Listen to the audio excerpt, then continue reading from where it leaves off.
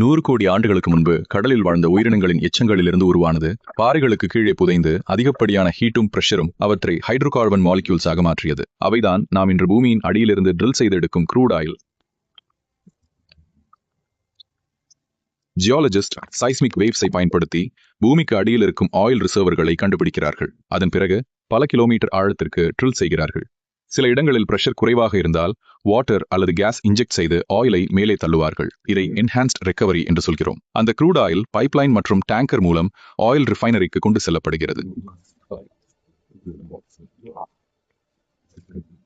ஒரு oil refinery என்பது உலோகமும் நெருப்பும் நிறைந்த ஒரு மாபெரும் இன்ஜினியரிங் நகரம். இங்கே க்ரூட் ஆயில் 3 முக்கியமான நிலைகளை கடக்கிறது: செப்பரேஷன், கன்வர்ஷன் மற்றும் ட்ரீட்மெண்ட். முதலில் டிஸ்டிலேஷன் நடக்கும். க்ரூட் ஆயில் கிட்டத்தட்ட 400 டிகிரி செல்சியஸ் வரை சூடேற்றி ஒரு உயரமான காலமுக்குள் செலுத்துவார்கள். வேப்பர்ஸ் மேலே ஏறும்போது குளிர்ந்து தனித்தனி துகள்களாக மாறும். மிகவும் இலகுவான எல்பிஜி மேலே இருக்கும். நஃப்தா மற்றும் ஜெட் ஃபியூவல் நடுவில் இருக்கும். டீசல் கீழ்ப்பகுதியில் இருக்கும். கனமான பிட்மன் கடைசியில் தங்கும். அந்த கனமான ஃபிராக்ஷன்ஸை வீணாக்க மாட்டார்கள். கெட்டாலிட்டிக் கிராக்கின்கில் ஒரு கெமிக்கல் கெட்டாலிஸ்ட் மற்றும் வெப்பத்தை பயன்படுத்தி அந்த ஹெவி செயின்ஸை உடைத்து பெட்ரோல் அல்லது கேஸ்லின் ஆக்குகிறார்கள். ஹைட்ரோ கிராக்கிங்கில் ஹைட்ரஜனை ஹை பிரஷரில் செலுத்தி டீசல் மற்றும் கெரோசின் தயாரிக்கிறார்கள். ரிஃபைனரியை விட்டு வெளியேறுவதற்கு முன்பு ஒவ்வொரு ஃபிராக்ஷனும் ஹைட்ரோ ட்ரீட்டிங் ப்ராசஸ்க்கு உட்படுத்தப்படும். இந்த ப்ராசஸ் சல்ஃபர் மற்றும் நைட்ரஜன் போன்ற அசுத்தங்களை நீக்கும். பிறகு சரியான அளவில் ஃபிராக்ஷன்ஸை பிளெண்ட் செய்து எக்ஸாக்ட் ஃபியூல் கிரேடுக்கு தயார் செய்கிறார்கள். ஒரே ஒரு க்ரூட் ஆயில் பேரலில் இருந்து gasoline, diesel, jet fuel, LPG, kerosene, plastic, சாலை போடும் ஆஸ்பால்ட், இன்னும் எத்தனையோ வகையான பொருட்கள் தயாரிக்கப்படுகின்றன.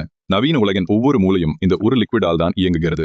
கோடி ஆண்டுகளாக இறந்து புதைந்த உயிர்களிலிருந்து கடலில் சேர்ந்து இன்று உங்கள் என்ஜின் வரை வந்தடைந்திருக்கும் எரிபொருள் இயற்கையும் அறிவியலும் சேர்ந்து செய்த அற்புதம். இனி ஒவ்வொரு முறை நீங்கள் பெட்ரோல் போடும் போதும் வீட்டில் எல்பிஜி சிலிண்டர் வாங்கும் போதும் இந்த அற்புதமான அறிவியல் வரலாறு உங்கள் நினைவில் வரும் என நம்புகிறோம்.